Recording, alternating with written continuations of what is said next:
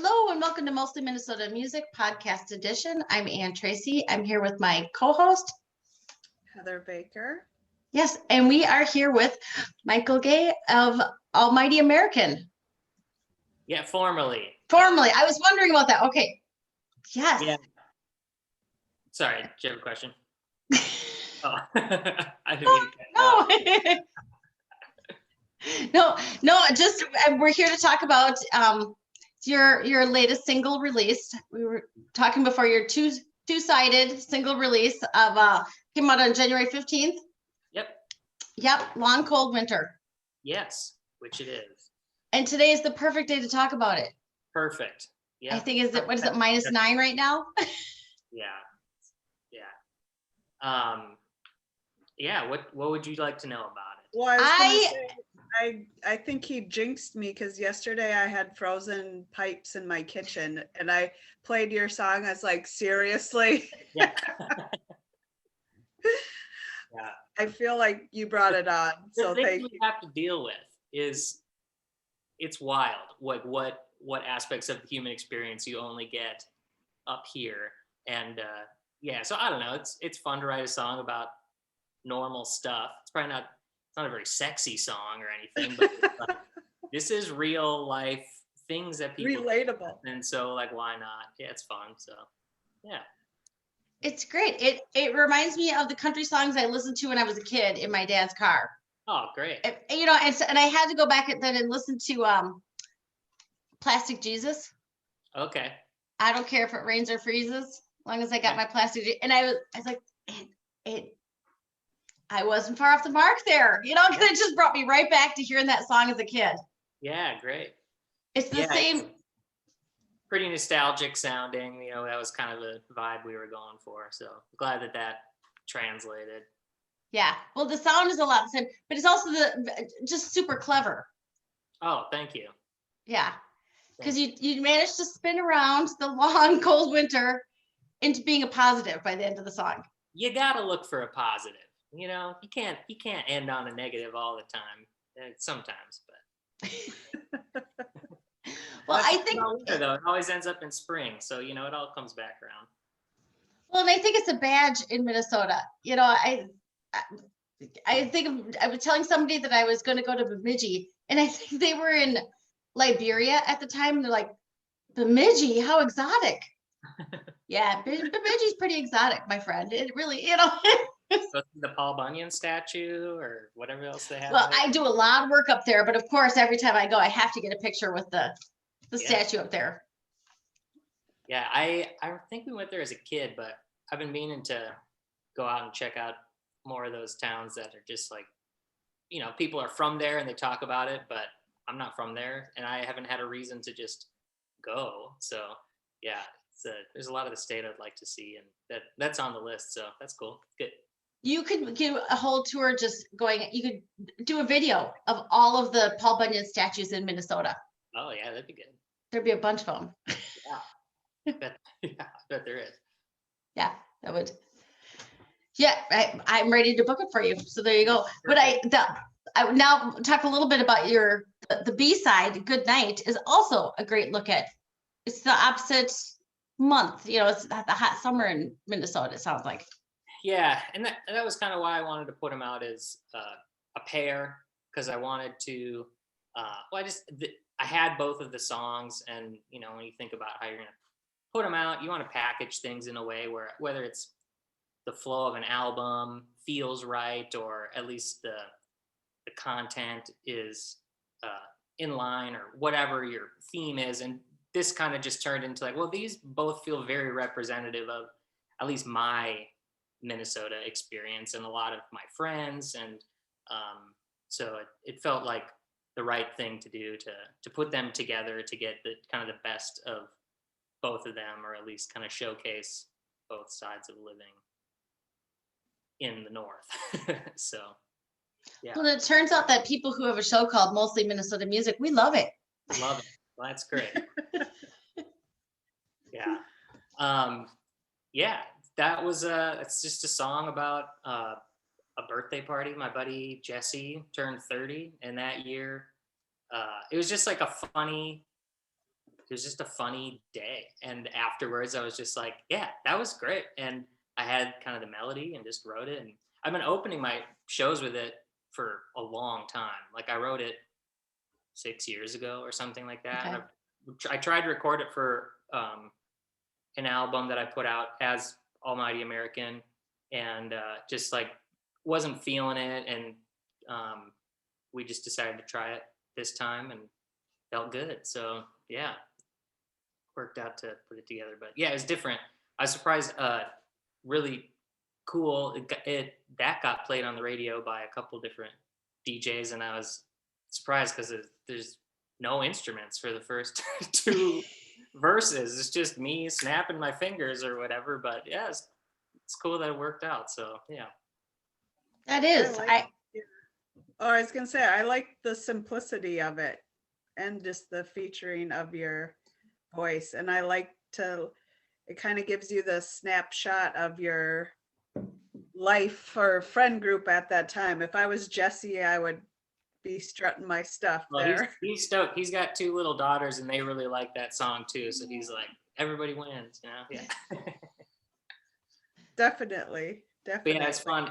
I wanted that one to feel like you could sing it exactly as it is without instruments by a fire, like we were that night. So it's not like a big concept or anything. It was just, this is a fun way to present the story, I think. So, but yeah.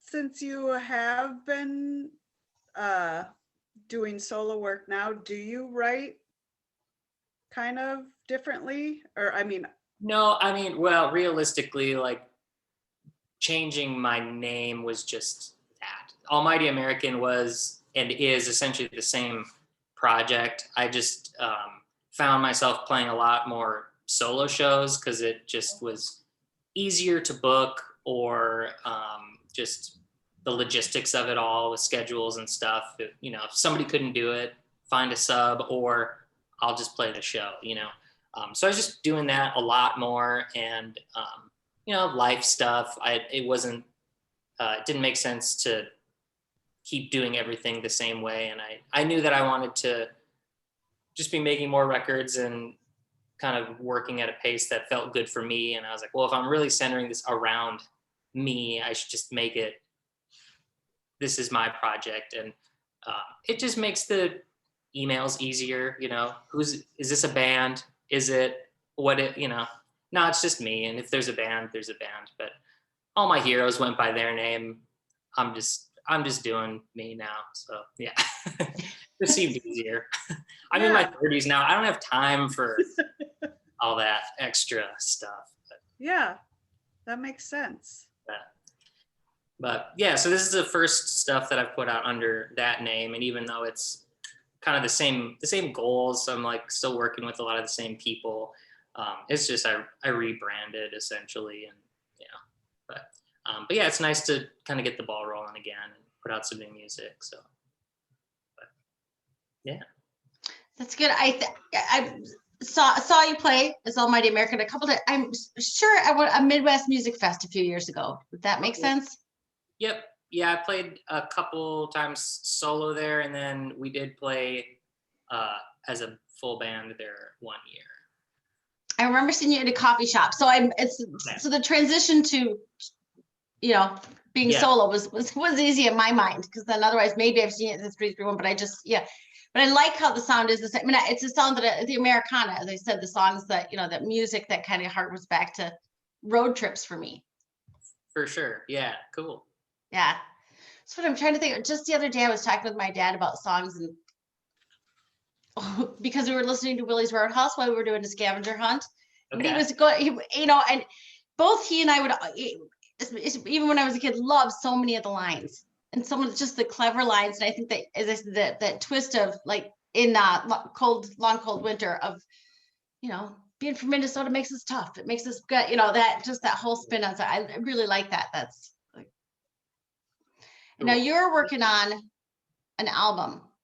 Yeah. So it's actually done. It is? Okay.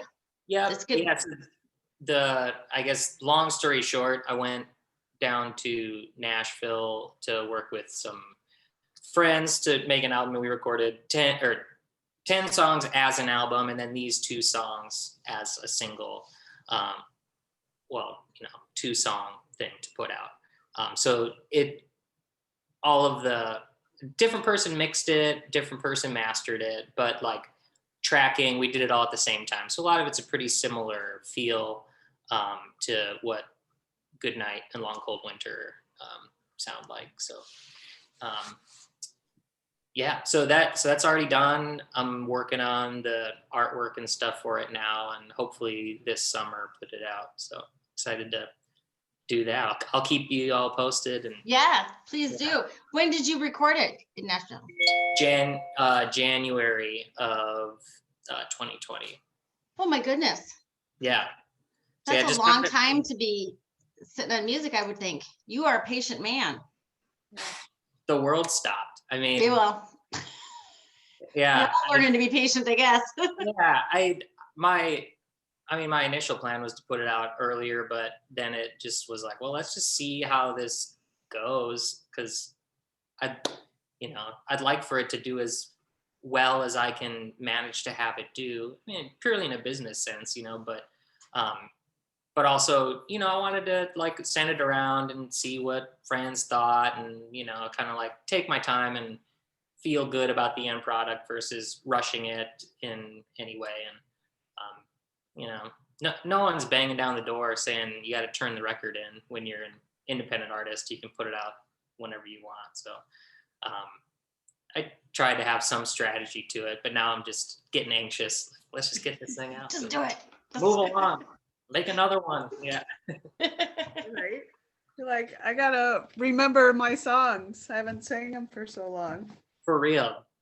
Yeah. I mean, I play a lot of other people's songs, but I'm not great at practicing my own music.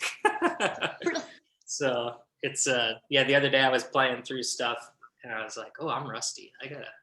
Before I start booking shows, we gotta. I'm sure it'll come back quick. It'll be fine. But Now, when you take that kind of time and you ask for feedback from friends, are there things that you think made it a different outcome than if you had just done it to your regular way? no, I mean, that is the regular way for me. Like I think some people like to work at a pretty fast pace where it's like, get it done, put it out, what happens, happens. And I don't know, I just thought it made sense to just go slow and kind of take my time and, not bug people about emailing back, just let them email when they want, just that kind of thing. It's art. I'm not, on a timeline. So are you designing the album cover too? My brother's doing all the layout stuff for it, so we're kind of going back and forth over email doing that.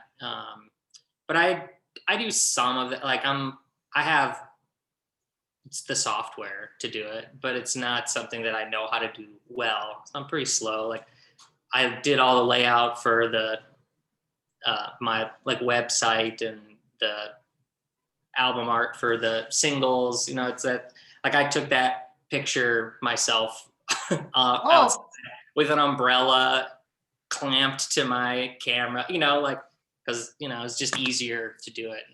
I tend to kind of work that way when I can, like, just figure it out exactly how I want to do it and do that. But for the album art now, my brother's helping me with it, and that's been fun to collaborate. And another buddy took the photo. That's the thing. So yeah, it's fun to collaborate with folks. But I do like to get my hands dirty with some of that stuff. So. Well, especially if you have the time too.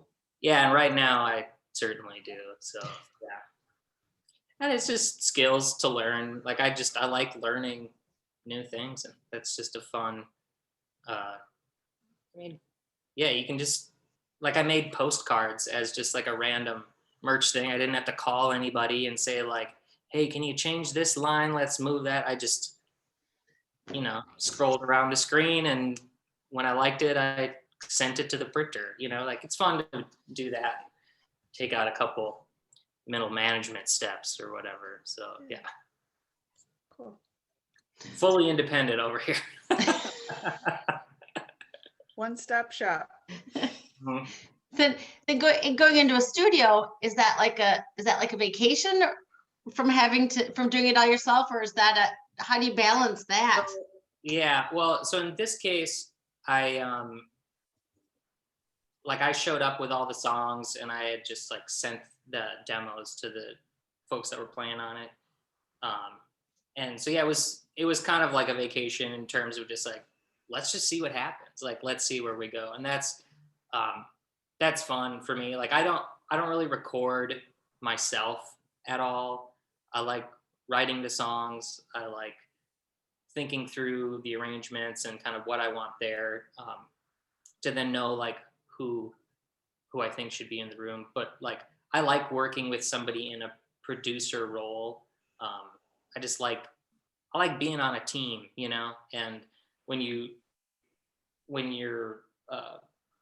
like running your own band or whatever, like sometimes it can be very, this is the way it's going to be.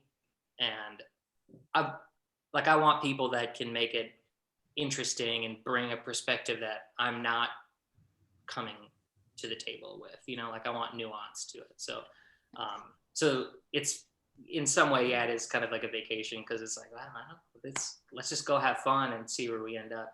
And it was all friends, like I knew everybody that was working on it. And, I mean, that's the only reason I went down to Nashville, is that's like where those guys live, that we had just been talking, and it's like, well, let's make this record. Okay, let's do. I'll come to you. It's easier for me to go there than you all come up here. So yeah. Well, it can't be a real arm twist to go to Nashville, especially in January. It's a pretty fun town to hang out in, and we were pretty much holed up working on music the whole time. But we got out, ate a few good burgers or whatever, and did the thing. So yeah, it's fun. Nashville is a good town. Yeah. No, the upcoming Make It Right, the upcoming album. Is there a continued theme of Minnesota?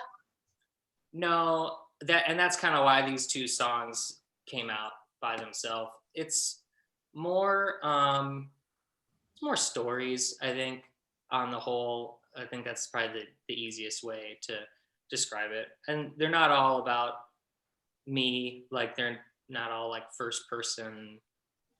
Well, they're all sung pretty much first person, but it's, these two are very much, Long Cold Winter and Good Night are very much like, this is my experience. And the rest of the songs, a lot of them are just kind of like, I don't know, it's all over the place, but it's not about Minnesota. So it must be interesting.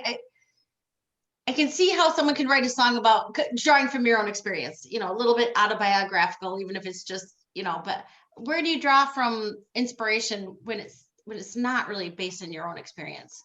I mean, sometimes it's just like a funny idea or not even funny, but just like an idea that is intriguing to me from a conversation that I had. Or sometimes I just get a line, I'm watching TV and somebody says some phrase and I'm like, I've never heard that before. And you look it up and it turns out it's comes from this thing. And then it just gets stuck in your head. That turns into something. I don't know. So it's, there's me in every song for sure. But yeah, I don't treat it like, I'm not reading my journal out loud or anything like that, so. No, I see you writing more about roller skating in a buffalo herd than yeah left on the altar. It's yeah, for sure. Oh man, I was just talking about that song the other day because my niece just had a birthday and she has a CD player, and I was like, all right, indoctrination starts now. Nice. So I gave her a stack of CDs and Roger Miller was in there, and I said to my wife, she's gonna like Can't Roller Skate in a Buffalo Herd, I can guarantee it. It is there. there is that all age appeal to the songs that have a little bit of a story and a little bit of a little bit of a twist. It's music that people can listen to with generations for generations. Yeah. I don't think that I write like Roger Miller or anything, but I really like rhyme, and I like finding internal rhyme.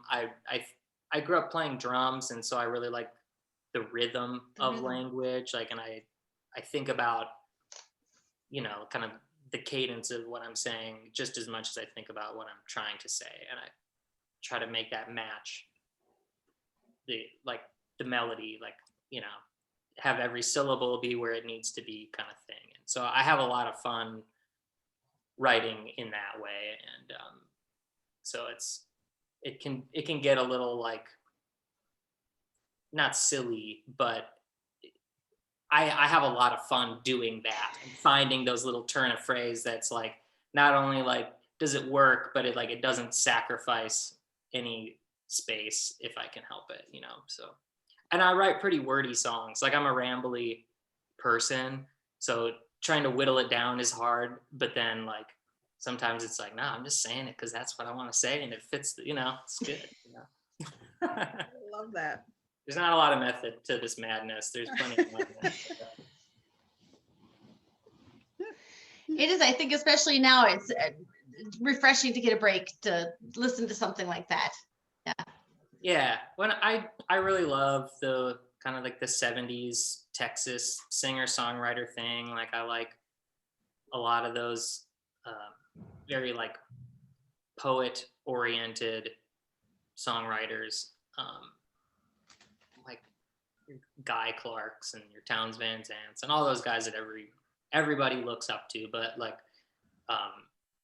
but yeah, I mean, those are really interesting to me, having a story and also have it be very methodical in its approach to how it's going to tell that story. That's just a really interesting process to me. And if I'm going to go through the effort of making records, I want them to be what I want them to be. So I write really slow, and I'm trying to find those little nuggets that I can throw in there, and hopefully, people notice or whatever. But if they don't, that's cool too. Well, some will and some won't. I mean, I just wish I could think of the song that I had to shh till the perfect line came for whatever song we were listening to. It's the best line. People like my dad will love it. I do that all the time. Yeah, I find my friends' parents like my music more than my peers usually. But Well, listen, it never stinks when we go on a road trip and he puts on Willie's Roadhouse. I can only take so much of the bridge, which is kind of all. Okay. Well, once you've heard Brown Eyed Girl twice, I'm allowed to change it because I can only take not there's anything wrong with that at all, but it's I'm like, let's go back to the real country, Dad. That'll be just even my daughters are like, yeah, Grandpa, let's put it back to put it back to that. I mean, it is very family friendly.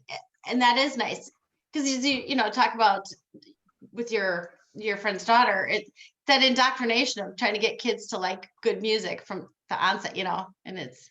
Yeah, I mean, I'm just a sucker for all that stuff. And, I'm, as an uncle, it seems fun to have a thing, so I got her on Dolly and Willie Nelson and, Loretta Lynn and all that stuff now. So we're working on it, but yeah. Good job. Doing what I can. Yeah. Good job. I was going to say, I like the storytelling because then it pulls you in and you feel more connected rather than just some sound of some music today, so then and it's just a different approach, Yeah.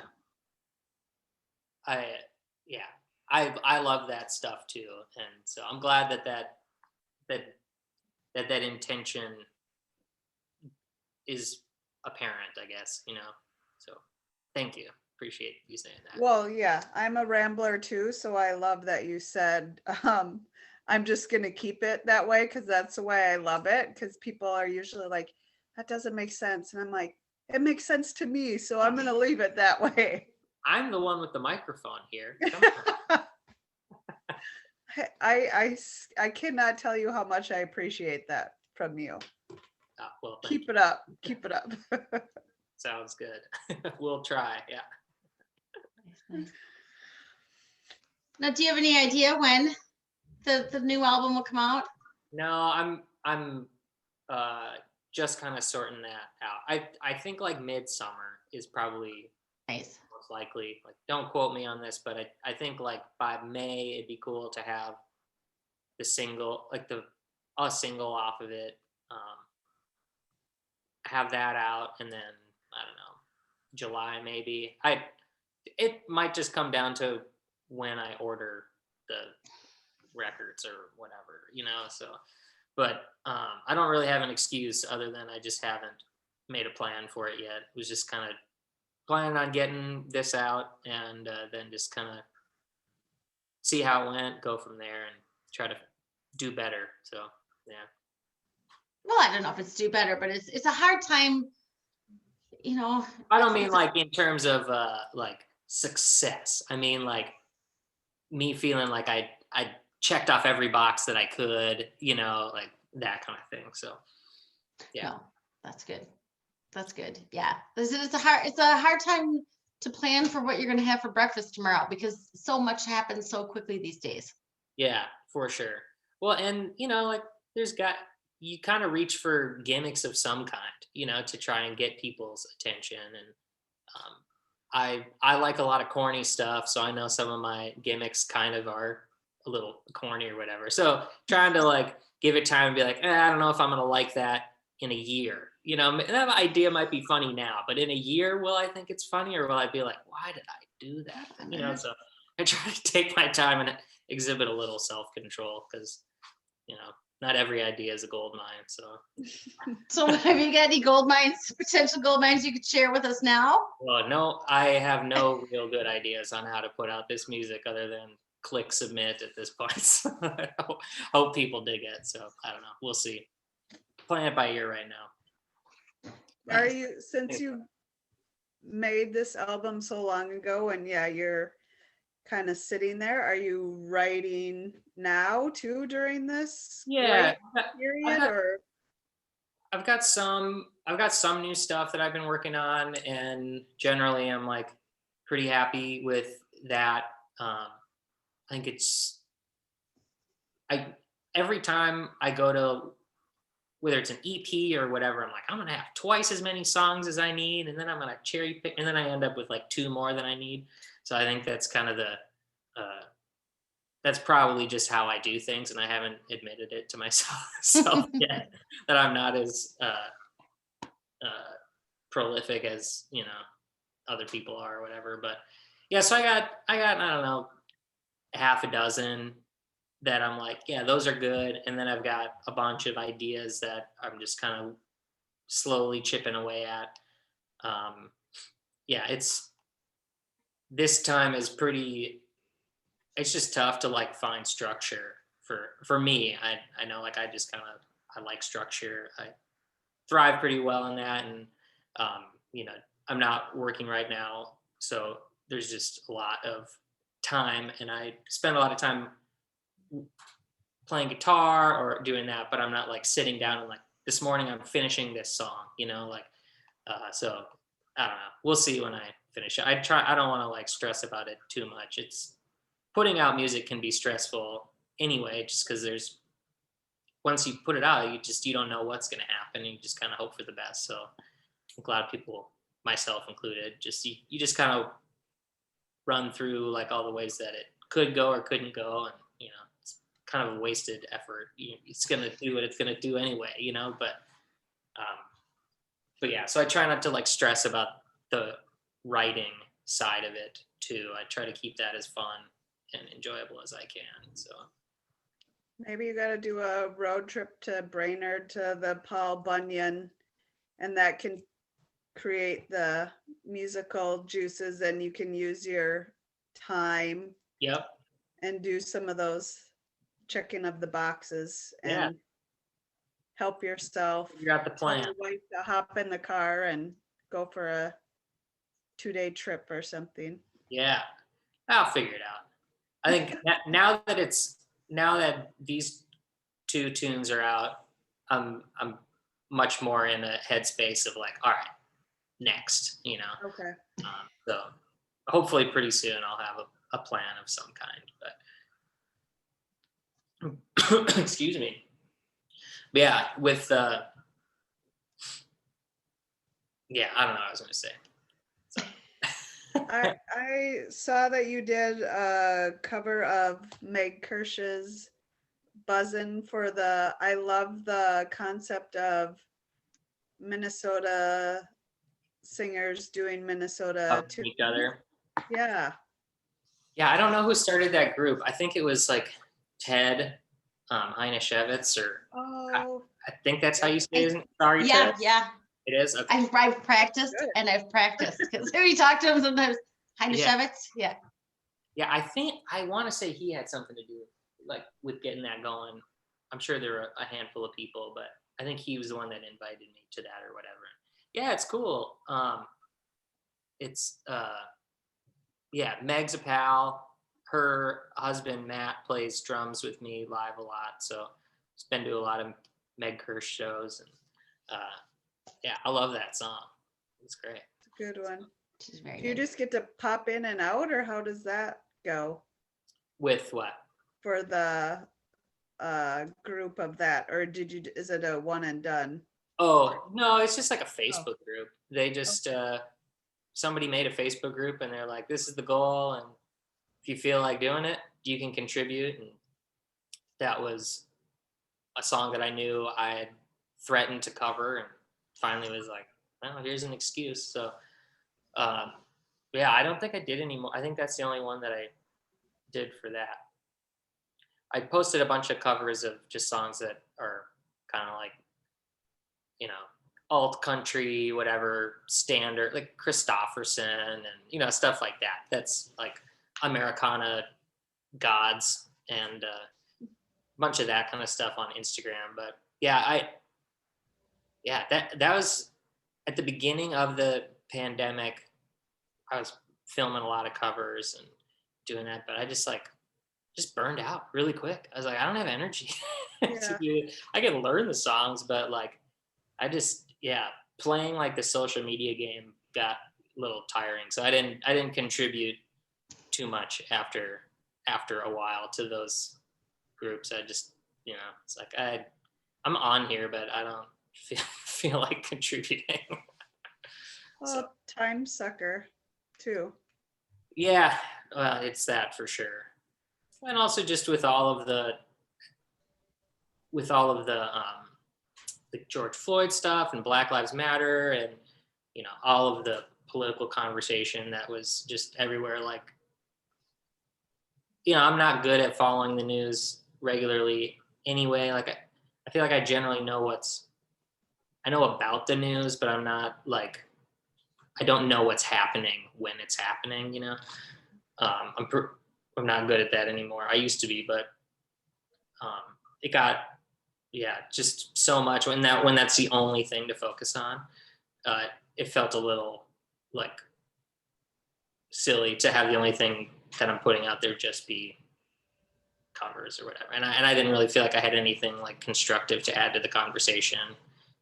Trying to learn more than teach at that time. So I didn't contribute much after that, but I think the group is still going and I think people are still doing it. So yeah, it's a cool idea. I wish people did that more. I mean, I wish I did it more. We have so many great songwriters here. Mm-hmm. It's crazy. Mm-hmm. No respect. Everybody talks about California, Tennessee, Texas. We got it too. Yeah. You started the show. Well, it's funny because we were talking to Chris Holm one time, and he was saying it would be really nice. He may have also been involved with singing other songs because he's, in Nashville, there's a lot of people singing each other's songs, and that does kind of help lift. Yeah, I think some of that's just like the industry lives there. And yeah, absolutely. opportunities, or somebody doesn't have a publishing deal, but their friend has this song. So if I do it, you know, they can get that, you know, there's a lot of that. And, that just doesn't really exist here. Like we have like a gigging scene, and people, and I'm speaking very generally, obviously, but you know, like when people like really, for the most part, are like, I'm gonna make the jump, I'm gonna like try and make this happen. Most people end up moving, which is fair. Like the industry doesn't exist in the same way here that it does somewhere else. So it makes sense. But I think there's just less incentive for people to do it because it is such a hustle Yeah. here. So it's like if I have 45 minutes on stage, do I want to cover 4 songs by other Yeah. people? Right. Or do I want to sell a couple t-shirts tonight because I have these, you know, or whatever. Like I think sometimes it's just, you know, nobody thinks about it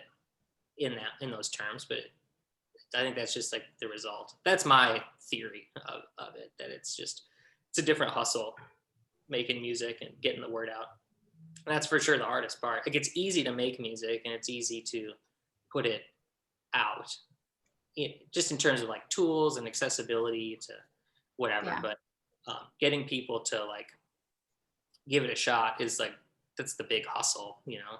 So I think here we tend to focus more on like, this is the work that I've been working on and I want to like showcase that. And, but you know, there's some like very collaborative circles in the Twin Cities and in Minnesota for sure. And people are very supportive and shouting each other out and bringing each other on the road or whatever, you know, like it's not like it's cutthroat or anything, but it's, there's certainly a lot less of that. So it is cool that people are starting to like, no, like we should be supporting each other. We should be telling each other, you know, and I'm all about that. Me and some friends like started a video session because we were just like, how can we do something that helps other people get their voice heard? That's like really easy for us to do. Like we're capable. Why don't we just do it? And I think that if more people are doing that, you know, all ships rise kind of thing. And so maybe people start to figure that out and start shouting each other out on stage and playing songs that they didn't write, you know, whatever. So there's a couple people that do that. Like I think I saw Actual Wolf one time. Like he covers a Haley song pretty frequently, I think.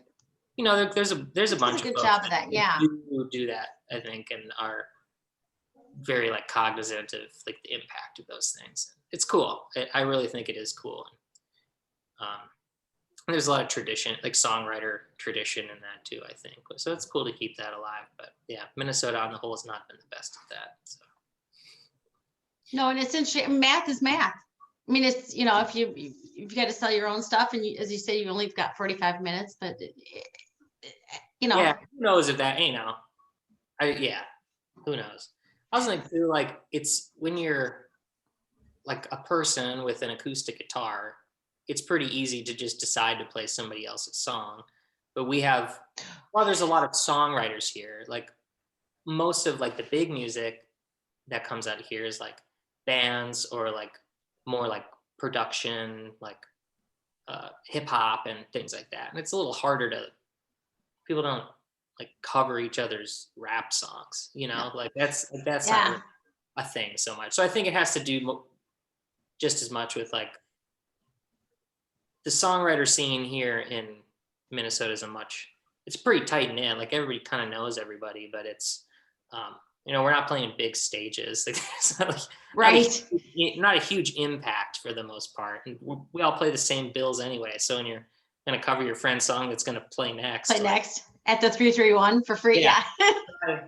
Dude, I was going to play that song. You should do it, man. Don't ask me to open for you next time. You know? That's funny. Yeah. I mean, who knows? But well, you mentioned your video series for folks who don't know about it. We just tell us a little bit.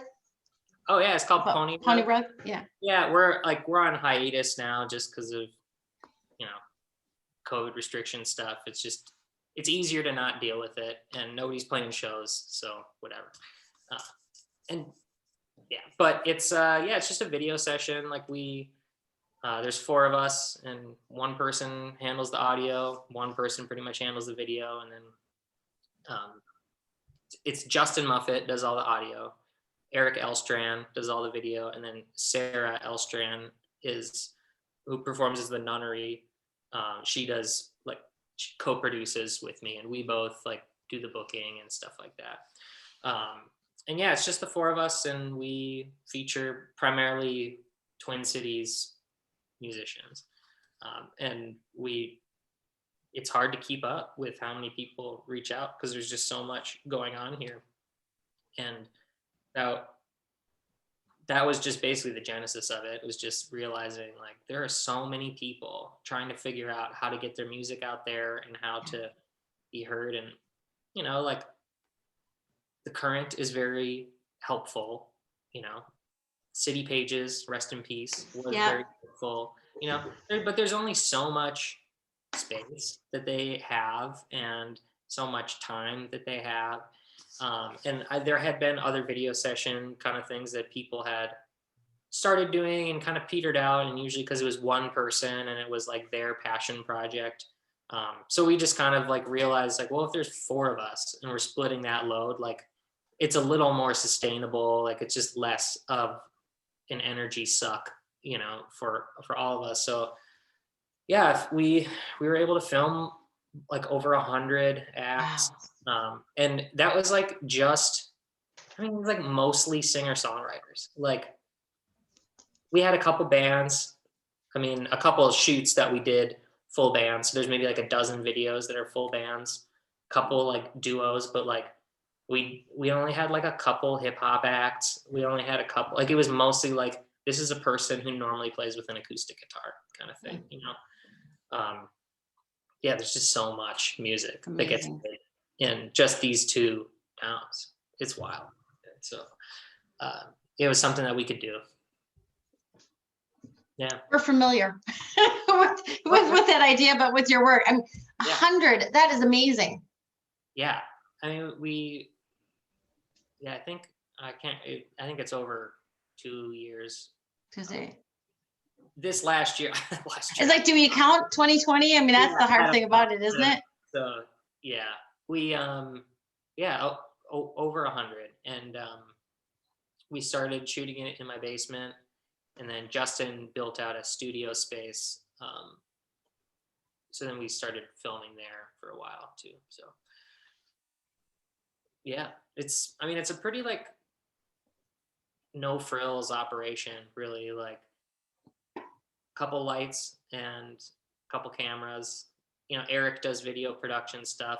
He like, for his work and for fun, like that's his art, with his contribution to Sarah's music is he does like live projection stuff. So he'll be like filming, which is amazing. Yeah. It like on the fly, whatever. So he's a wizard for sure. Yeah. But he like had the gear, and so I was like, all right, let's do it. But like, the lights we started using are like they're IKEA, like the paper globes, like there's nothing to it. And that's where, like you don't need a studio. Like it's the corner of my basement that we made all those in. If you take the time and you light it, it can look good and it can be really pro and be really helpful. So it's a good reminder for me all the time to just be like, you don't need to like spend all that money. Like you can figure it out. You can do a good job, and I'm cheap anyway, so I'm always trying to figure that out. But yeah, it was fun to find like-minded folks and just be like, let's just see what we can pull off. And, it's been really fun. So we'll see what it looks like on the other side of staying home. But yeah, it's a huge gift to the music community, both in terms of the musicians, but music lovers. I've watched a bunch of them. And we just hope that like people go down the rabbit hole, like check out other things, and then it's like a discovery platform. You find out, oh, I see that person at the bus stop. They, like whatever, But also it's fun, like to be able to like I don't get asked to play a ton of shows by like folks coming through out of town, like touring through, um, but every now and then somebody who's like at the same, like playing the same rooms that I'm trying to play, if I can't play the gig, like I just send them there and I'll be like, oh, you're like, I listened to your stuff, maybe like check out these like 5 or 6 people, but like, you know, really any of these people would probably be down to play if they're available, you know? So it is a cool little like resource, I think, for out of towners too. And that was part of why we wanted to do it. And we're really like strict about like, we pretty like, there's a couple Eau Claire folks in there that, because Erica and Sarah live in Eau Claire, and so people that had moved here or whatever, you know, or I am moving there. So, okay, come on, we'll do it, you know. But for the most part, it was like, we want to be like a resource for out of towners to be able to see like just the sheer amount of action that's happening. Yeah. And then also for just, yeah, so people know who they can like reach out to play, who's actually active and who's playing gigs versus putting out music. Not that there's no difference. They're both valid things, but some people just don't really gig that much. And so it can be hard if you're self-booking a tour to know like, who do you email? Like you send 10 emails or whatever to folks. Hey, you want to play a show? Oh, I'm not playing shows right now. You know, I send those emails back too. Like, oh, I'm not really playing a lot right now or whatever. But yeah, just to like kind of make it easier for folks and make this a little more welcoming, hopefully, for folks coming through. So who knows? But yeah, great intentions. I'm glad that it's people like it and it's helpful for the artists and for fans to find new stuff to listen to. So Absolutely. And I didn't even think about the booking aspect of it because I'm not a musician, but I think of a friend of mine who books shows and kind of really books very experimental and noise shows. And, there are times where there's no video of the people who are contacting him. And especially when you're talking experimental, you want to have some idea, but I think always you want to have some idea of what you're in for, Yeah. Well, and I think booking people in general, just like, you can make a good sounding album and not be able to pull it off live. And at the end of the day, like, sorry, I really love talking like music business stuff. That's good. At the end of the day, like, it is a business transaction. Like, I'm there to sell beer, essentially, like, if they don't think that I can bring enough people to sell enough beer, I don't get the gig, In my mind, I want to make sure that the things that I'm sending out are representative of what I can do so that I'm not bumming people out, So like, I think video is a pretty like important component in like a musician or like an artist who's trying to book themselves. Like good video, I think, is super important because it shows like, this is what I'm capable of, like, it's not, you can start a Kickstarter and you can hire the best musicians, whatever, but you probably can't afford them to play the 3-3-1, but poor Jason, not twice. he's got to decide who's going to play the shows, and he gets more emails probably than anybody in town because it's like such a welcoming venue. So to be able to like have like a one, like, oh, here's me with an acoustic guitar or me with my synthesizer doing this cool thing, and have that be representative of what they're going to try and do live, I think is really helpful. And that was a big part of why we even talked about, should we even do it? Because it was like, we had talked about how like, oh, that was a video session that that person was making videos, but they haven't been doing it for a while. And, like, oh, who's making videos? Like, who should I reach out to? It's like, man, it's hard knowing how to do it or who to hire to make a video if you don't have friends that do that or whatever. Right. So, yeah, it can be pretty tricky for people to figure out how to like start playing shows. Like, I remember asking a bunch of people, like, how do you play shows? And then finally my friend Danny was like, oh, I'll just book you on, I have this residency, like, I'll just book you, and he knew me. So it was like, cool. But if you don't have any music out and you don't have any video or anything, like, how do you knock on somebody's door? Like, let me play you a song. Like, that's how Bob Dylan did it. But like, it doesn't work that way anymore. Like, Not so much. Yeah. yeah, like people want an email, so like make it look good, make it easy. And yeah, so that was a goal of Pony Rug, was to just create something that was like a good tool for artists to have, um, promote stuff that we thought was cool. And I just, it started with just like, oh, friends, like come over to the house. And then it turned into more like, okay, I guess I got to read emails and see who wants to come do this thing, but yeah, hook up all the buddies. It's fun. Yeah. It's a gift. It's fun to hear how it came about. I mean, you're so right. I think about you can put an album, you can play a show. That doesn't mean they. Yeah, and I think both of those things are important, and Yeah. like albums should sound good. There's no two ways about it. You should make it sound as good as you can make it sound. But playing a live show is for sure a different thing, and a lot of people don't play with the same players, or their arrangements sound a lot different. So it's like, at the end of the day, like if people are trying to play shows, like they're trying to start a small business, and so you want to make sure that people are getting what you're telling them they're going to get. And if you can take easy steps like having video that is like your live show or whatever, like I think that just is a good way of thinking about building awareness of your art. So having recorded output and playing shows it is two different things, so. Well, and I think it's and it's not even that someone performs well or they don't perform well. They're different performers for different stages. Yeah, when I don't think it's about quality so much as it is like just like expectation. If it's a venue and you send them an album that's a big lush string arrangement and stuff, and you show up with like a little keyboard, like what's this? Like how this isn't gonna sell any beer or whatever. Like do you have fans? Like do you have people that are gonna come, or whatever? Who knows? It's a funny thing. I think about that stuff way too much, just because I'm like I want to make sure that like everybody wins here. Like let's make sure it's cool, or try to make it as equitable as possible in the end, where they have a good night, I have a good night.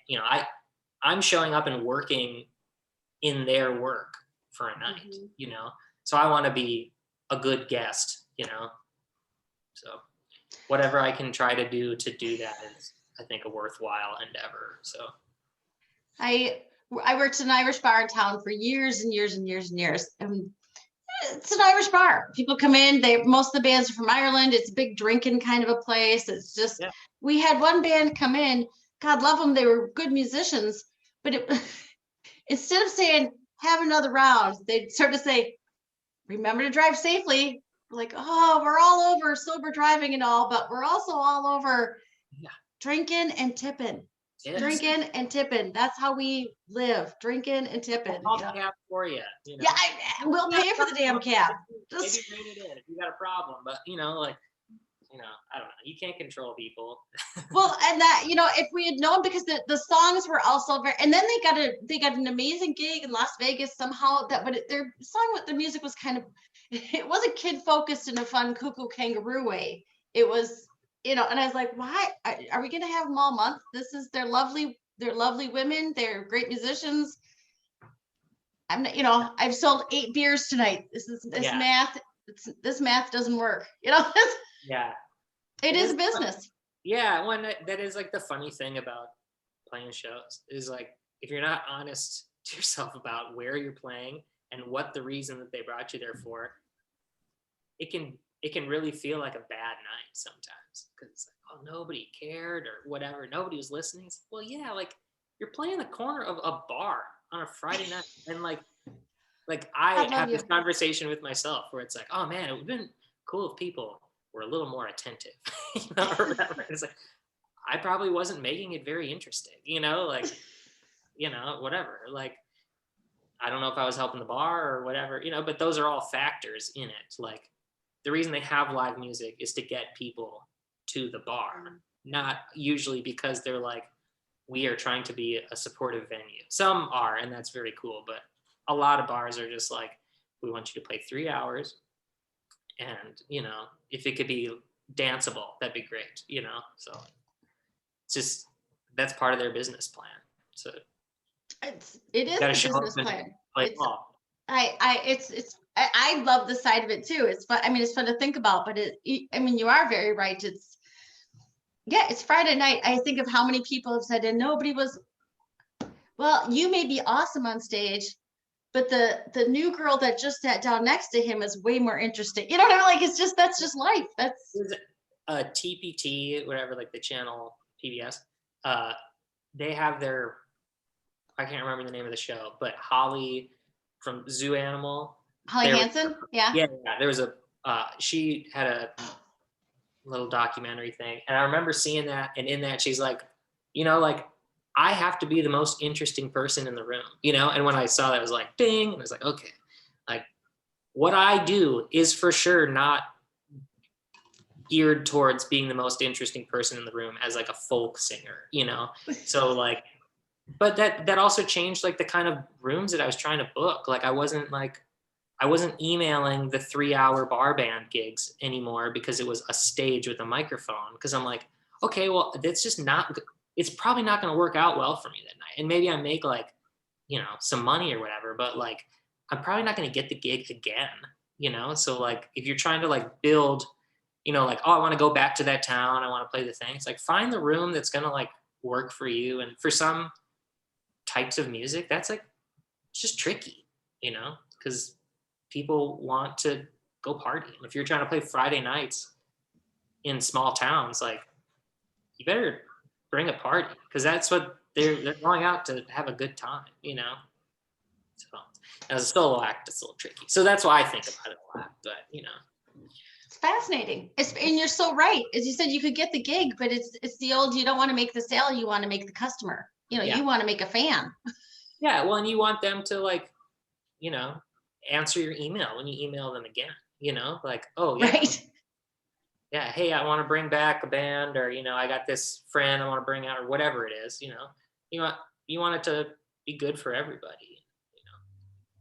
I think that's it took me a long time to kind of come to grips with that, and not make it can all feel very personal, and it usually it's not, so even with putting out music, well, it didn't blow up, it's probably not personal, it's probably just you were up against everything else that came out that day, and the algorithms, or what, who knows, whatever excuses I make or other people make. It's like, there's so much of it isn't personal. There's so much music that comes out, and there's so much of it's good, that like, just it takes a lot for it to like click, is what I'm really learning, and reminding myself over the last couple of years. It's just like, all right, just like keep plugging away, be positive, like do what you can do, and just hope people dig it, Or they can find it 3 years later and go, best thing ever, and it blows up then instead of the week you put it out. Yeah, totally. Well, are you familiar with Fred Eaglesmith? Do you listen to him at all? Are you familiar? He's a Canadian dude. Just this like great songwriter. Writes a lot about like rural, small town life stuff. But he's just been like going for forever. He's had an old school bus that he was driving around, and he's very like DIY kind of guy. I like that dude a lot. But I was listening to a live album of his, and that was like his joke, is he's like, yeah, people seem to like the album I put out 3 years ago. That's every show, it's, hey, you got that one you put out? Well, where were you when I was promoting that album 3 years ago? Like, I could have used you then. I didn't even bring them, or whatever. It was a funny joke, but like, yeah, that's the thing. Like, the idea is that this stuff sticks around, and that people can access it in the future. And it's, you want it to work out right away or whatever, but who knows? Like, most of the people that I listened to people didn't care about it at all during, like nobody cared about Towns Van Zandt or Guy Clark or Blaze Foley or, any of those guys. They were not, I mean, industry folks, songwriter fans, but like people weren't like bootlegging t-shirts Right. to like make, Right. like they weren't household names for sure. So not that I'm, like I said, not that I'm comparing myself to those people. It's like, that's an example of like public perception and like immediate return, like don't have much to do with what you actually just did or whether or not it's good, because that's not really even up to anybody. It's like, it kind of is what it is and people like it or they don't, some people like it a lot or a lot of people like it, like, I don't know. It's just, it's all a journey and you're just trying to make art and put it out and hopefully make people smile or let them feel what they need to feel and get out of it. And that's the result, that's not on a timeline. So, it's worth doing. So, It's a very healthy attitude. I know. You Well- get a motivation after this if you. I've been pep talking myself for a while, and like we talk about sitting on this music, it's like, okay, people are gonna love it. Little Steel sounds so good. Oh yeah, but then it's like, okay, well, I still just clicked submit. Like it wouldn't have mattered if I did it 6 months ago or whatever. It's like it's still going to go through the same process, and it's going to be what it's going to be. So expectations are fine, but temper them, and when you don't, just try to reflect. Come off the other side feeling positive or Yeah. whatever, but yeah, it's putting out music is fun, but it's also it's a weird thing to, you're putting a lot out there and you're gambling on yourself to some degree. Like at the end of the day, like I just hope people enjoy it, like that it's a positive experience for people. Like that's what I look for in music. I don't listen to a lot of avant-garde stuff. I don't even listen to a lot of like rock and roll. It's like I want to hear stories that make me feel good or feel the way that I need to feel at that time, like little things that you can reach out for. And so those are the kind of songs that I want to write. But, people find those, and I think that they can be, that those are like songs you cherish your whole life, or they're always reminiscent of a time. Like I'm not super interested in being paying all the bills would be really cool, but like I'm more interested in trying to write songs that like mean things to people long term, and I think that like stories go a long way with that. And so that's why I focus on what I do and why I was excited to put out these songs, because to me they are what living here is about. And this is like, that's why I love living here. I don't want to move, like I want to like make people think that Minnesota is cool and they should pay more attention to what's happening here than other places, because there is so much happening. So yeah, I had to come out swinging with my, all my hero, like Willie, they got all those albums about Texas and, Lukenbach and all that stuff. Yeah. I'm going to sing about freezing my buns off and, Mississippi River and stuff, it's good. That's our deal. Plenty of people are proud of that. Me, I am. So Absolutely. All day long. Yeah. All day. There's nothing better than knowing that you just walked to the essay and back yeah, and it was -11. yeah. I walked out to let the dog go to the bathroom yesterday, and my mustache was like a solid object, and my nostrils were stuck together. Like that's real stuff. It makes us tougher, and I'm gonna say it, better than a lot of other people. Well, Prince famously said, "The cold keeps the bad people away." That's true. I don't know if that's totally true, but I think it does run off a bunch of people who have their priorities are much different than ours. I think the people Right. that stick around, it's about a quality of life thing, you know, and in bigger than just like immediate comfort, you know. So, It's very true. Very true. Minnesota's the best. We got it going on. Yeah, exactly. And your two-sided single absolutely shows the two sides of it. It should be the new state song. You know, whoever you got to call, I think let's do it. See what I get? Let's see. Yes. I was just on a birthday Zoom call with the Lieutenant Governor, who's a friend of a friend yesterday. Let's see if I can just call her and see what she can do. Excuse me, I have a suggestion. I don't know. Remember me from yesterday's? Perfect. Perfect. But you should We'll tell see her, what we can do. She might like it. Maybe she'll buy it on Bandcamp or something, you know. You have to send her a postcard then. Give me the address. We'll do it. We'll see what I'll see what we can do. Yeah, yeah. Well, we will share it as far as we can. I think that would be there's your gimmick. Make this the state song. Yeah. Let's do it. I know. I'll work on that. The Sky Yumba? That's the U of M song. Is there a state song now? All right, well, I'm gonna look that one up for you. I bet there is, but yeah. But I bet it's old and no longer reflective. It needs to be. It's not anthemic, you know. I don't know if it's anthemic enough to be a state song, but the feeling's there. There's a Minnesota songwriter that had oh man, I have his record downstairs and the song is on it. I think he's from Granite Falls, but he's got a song that I think did really well like in the 70s, and it's like about Minnesota, and it's pretty cool to listen to because it had that feeling of like, oh, he really he nailed it, you know. Nice. I gotta go find it again.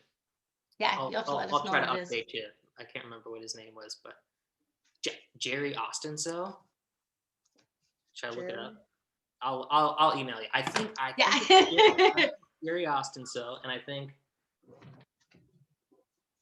yeah, I'll try and remember. So you can't get him to play the casino down in Granite Falls if that's where he is.